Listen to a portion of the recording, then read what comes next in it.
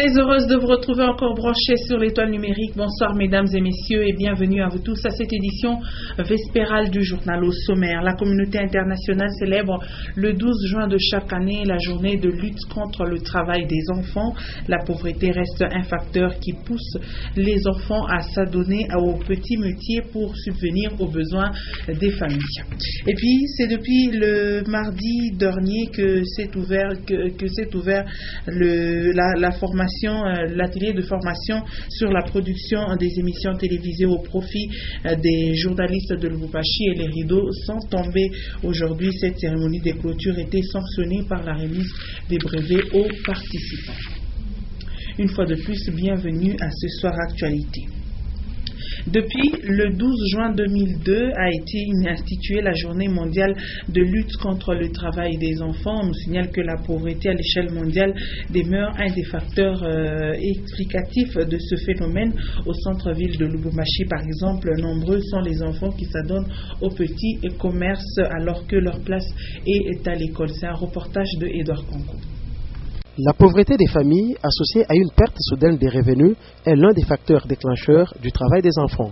Ceci a été révélé par l'Organisation internationale du travail à l'occasion de la commémoration de la Journée mondiale de la lutte contre le travail des enfants. Les chiffres les plus récents du Bureau international du travail révèlent qu'à l'échelle mondiale, le nombre d'enfants qui travaillent s'élève à plus de 168 millions, soit 1 sur 10, et parmi eux, 85 millions effectuent des travaux dangereux. Un constat à Lubumbashi démontre que plusieurs enfants effectuent des petits commerces pour subvenir aux besoins des familles, ce qui va à l'encontre des dispositions de la Convention relative aux droits des enfants. La logique veut que ces enfants soient à l'école ou dans des structures d'encadrement. Les observateurs soulignent qu'une autre responsabilité revient à l'État qui doit mettre en place une bonne politique d'emploi et éliminer ainsi la pauvreté.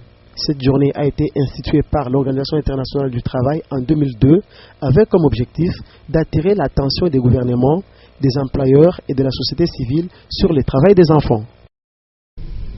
Et à l'approche de la fin de l'année scolaire 2014-2015, les élèves de deuxième année cycle d'orientation seront obligés de choisir une section en cas de réussite vers la troisième année. Deux fois, le choix est influencé par les parents ou d'autres personnes sans tenir compte des aptitudes de l'élève. Les spécialistes en pédagogie estiment que l'élève de deuxième année doit être aidé pour une bonne orientation. Suivez. L'enseignement en République démocratique du Congo exige à chaque élève qui entre en troisième secondaire après le cycle d'orientation de choisir une section de formation qu'il préfère. Selon les spécialistes en pédagogie scolaire, parfois les élèves qui quittent la deuxième année vers la troisième opèrent un mauvais choix. Actuellement, depuis qu'on avait supprimé les cycles d'orientation, ces problèmes des choix se posent avec beaucoup d'acuité. Parfois, l'élève va vouloir choisir en tenant compte de ce que du profil de formation de son papa, du profil de formation de sa maman. Il y a un critère où on constate des enfants qui accusent la faiblesse en mathématiques, mais une bonne performance en langue. Et à ces enfants-là, selon ces aptitudes, on peut les orienter vers la littéraire, vers la pédagogie, il y a péda général, il y a péda physique. Il y a peu, les autorités de l'EPSP ont annoncé les tests d'orientation. Le gouvernement voudrait revenir au système des cycles d'orientation pour résoudre cette complication des choix des élèves. Cette année déjà, on voulait soumettre les enfants aux tests d'orientation, les enfants de deuxième, mais en dernière minute, le gouvernement a changé de vie pour des raisons que nous ne connaissons pas jusqu'à ce jour.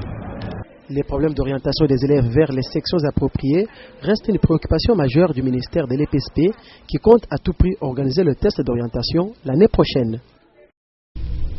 Et les 6e journées scientifiques de l'Institut supérieur des statistiques ont ouvert leurs portes ce vendredi 12 juin 2015. Plusieurs étudiants et invités ont pris part à cette cérémonie. C'est le directeur général par intérim de cet institut qui a prononcé le mot d'ouverture. M. Moulapou Moj est revenu sur l'importance des statistiques dans un pays comme la République démocratique du Congo. Léon Magloire Monga et Félicien Kassongo nous en parlent. C'est dans une salle remplie et devant les membres de son comité de gestion ainsi que plusieurs invités, dont les étudiants, que le chef des travaux Moula Poumonge, DG à l'intérim de l'Institut supérieur des statistiques de Lubumbashi, a prononcé le mot d'ouverture des 6e journées scientifiques de l'institution qu'il dirige. Ces journées sont consacrées aux exposés, au débat sur un thème d'actualité, la statistique et les sciences de gestion comme outil de l'évaluation du développement. Votre présence parmi nous l'interprétons comme la marque de votre intérêt aux activités de l'Institut. C'est pour cela que nous vous en sommes très reconnaissants. Nous saisissons ce moment pour remercier le président de la République, son Excellence Joseph Kabila Kabange, pour la paix et la concorde nationale conquise au prix d'énormes sacrifices, paix sans laquelle ces travaux ne pouvaient jamais être organisés. Ensuite est venu le moment des exposés, suivi d'un jeu de questions et réponses entre participants et exposants. Un échange fructueux au cours duquel chaque participant a enrichi ses connaissances sur l'importance des études statistiques et des assises organisées sous le thème « La statistique et les sciences de gestion comme outil de l'évaluation du développement ».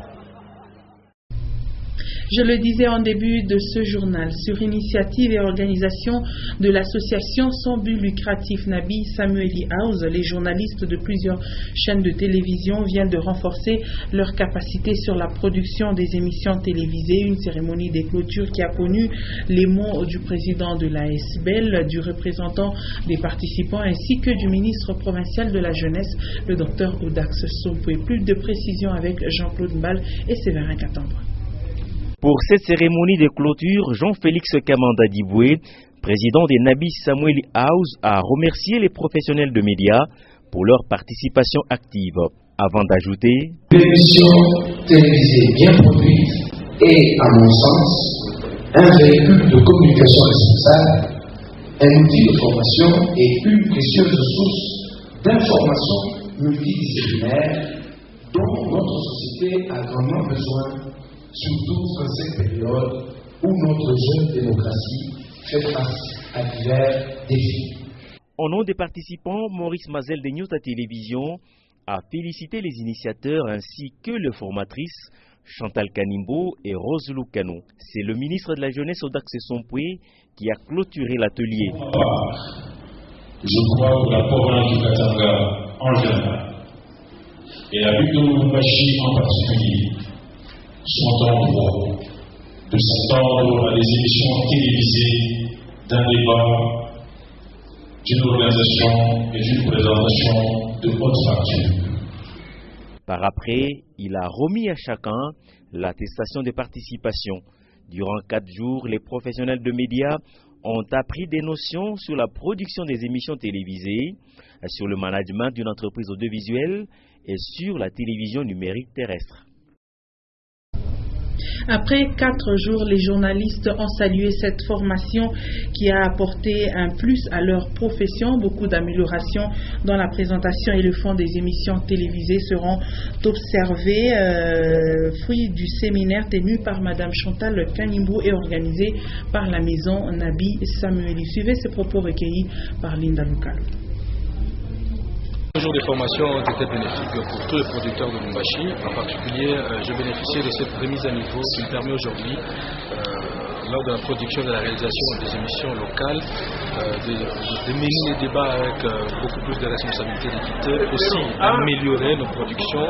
Avec la venue de la TNT, nous sommes obligés de produire des émissions non seulement pour Lubumbashi, mais aussi pour des contrées lointaines, ce qui nous oblige, nous, producteurs de Lubumbashi, d'être au même niveau que les producteurs de toute la planète Terre. Merci pour la question. Ce que j'ai retenu de cet atelier de formation, c'est d'abord comment concevoir une émission, comment conduire cette émission et puis comment rendre cette émission. Et puis, ce que j'ai apprécié chez la formatrice, c'est pense qu'elle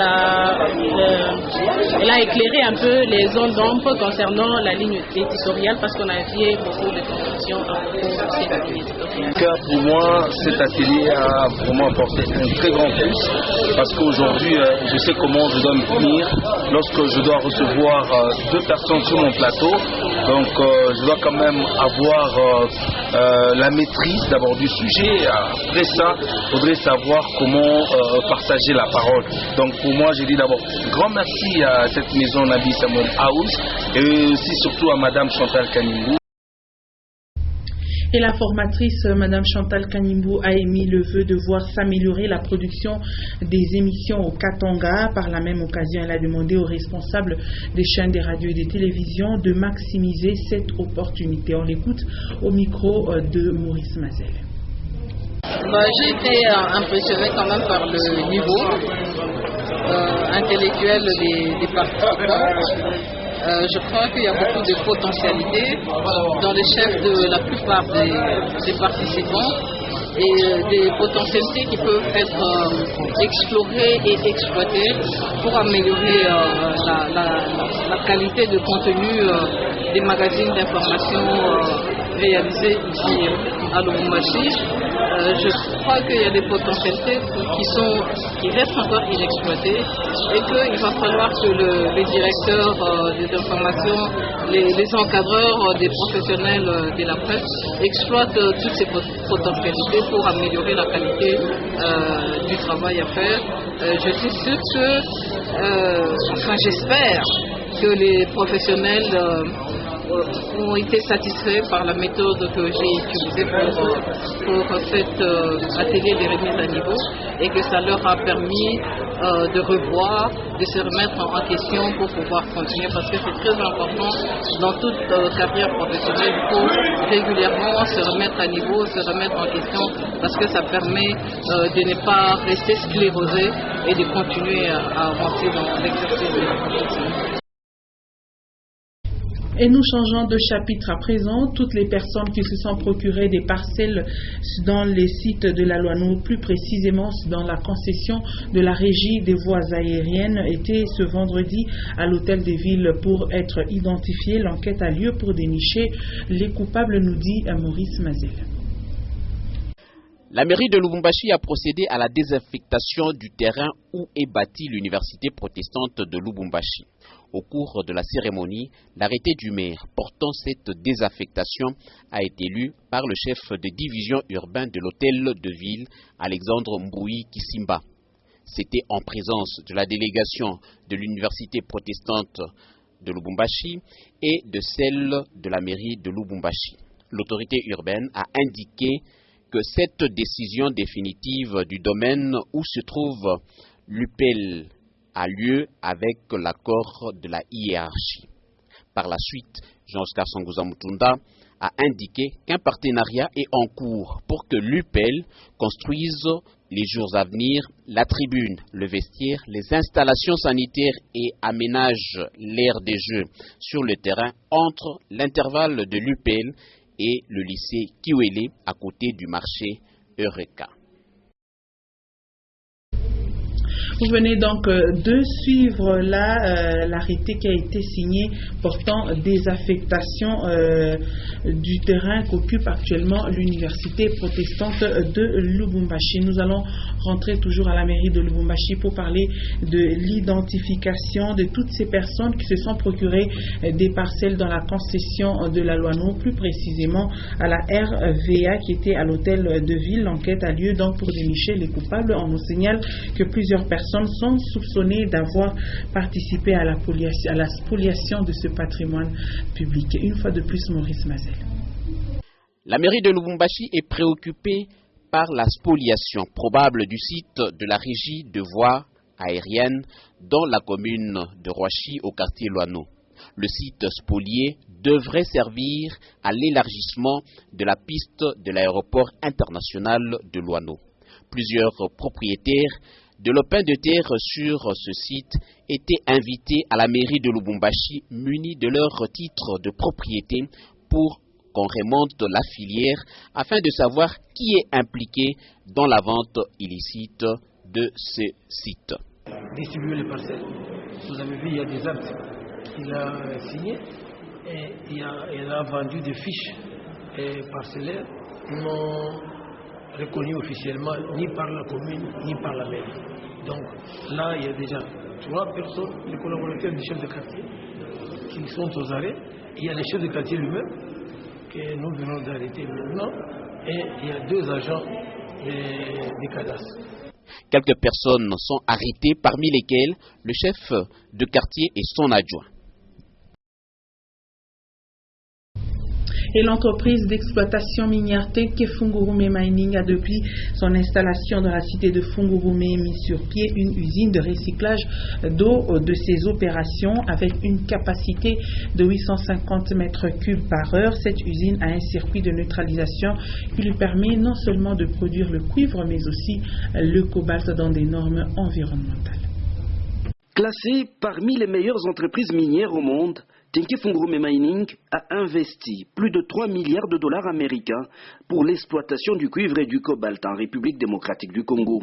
Une production qui engendre des défis majeurs, c'est notamment le respect des normes environnementales. Et pour ce faire, TFM a développé un système de neutralisation des résidus et des recyclages de l'eau des procédés.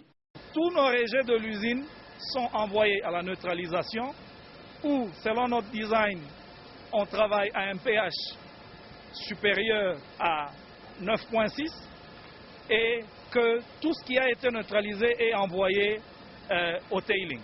Après neutralisation, les résidus sont stockés dans un bassin de rejet appelé tailing. L'eau sera par la suite tirée des solides pour être pompée dans un autre bassin qui constitue la grande réserve d'eau. Et au finish, renvoyée à l'usine à un débit de 850 mètres cubes par heure.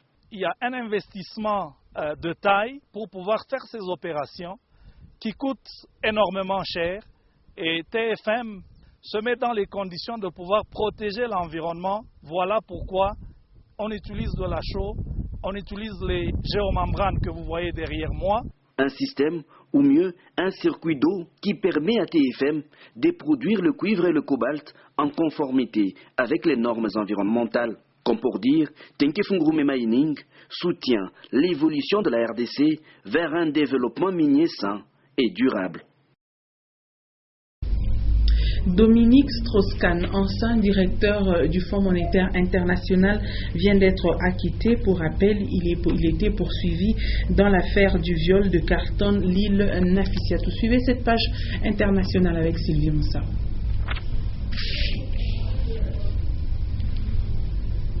Vous suivrez donc cette page internationale dans nos prochaines éditions. Et pour terminer, le Premier ministre Augustin Matata Ponyo Mapon s'est rendu ce vendredi à Kindu pour lancer le Tour cyclisme international de la République démocratique du Congo. Suivez. Le Premier ministre Augustin Matata Ponyo a pris son envol ce vendredi 12 juin à destination du Maniema dans la ville de Kindu, où se déroulera la 3e édition du Tour cycliste du Congo. Comme pour les éditions précédentes, c'est le Premier ministre lui-même qui procédera au lancement de ce 3e tour ce week-end. Après la ville portuaire de Matadi dans les Bas-Congo, la cité minière de Kolwezi au Katanga, voici le Maniema avec la ville de Kindu qui est déjà dans la fièvre de préparatifs et prête à porter sa plus belle parure pour accueillir ses hôtes. C'est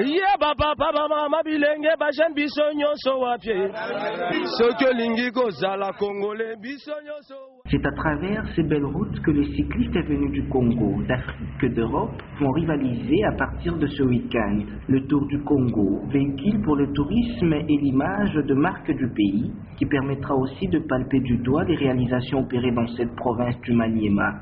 Kindu jadis oublié et enclavé s'ouvre erroné à travers ces belles routes macadamisées et impeccablement tracées.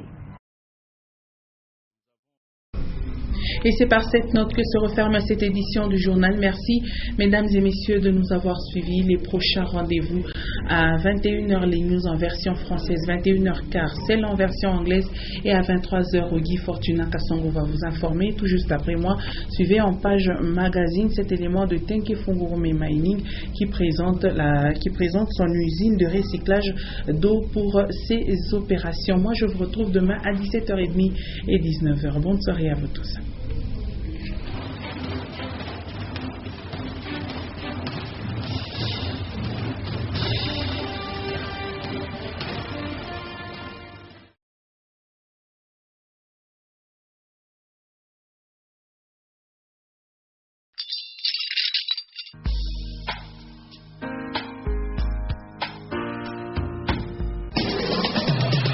programmation musicale, voice track, gestion publicitaire. Nyota FM. Et un support technique, c'est sur Nyota.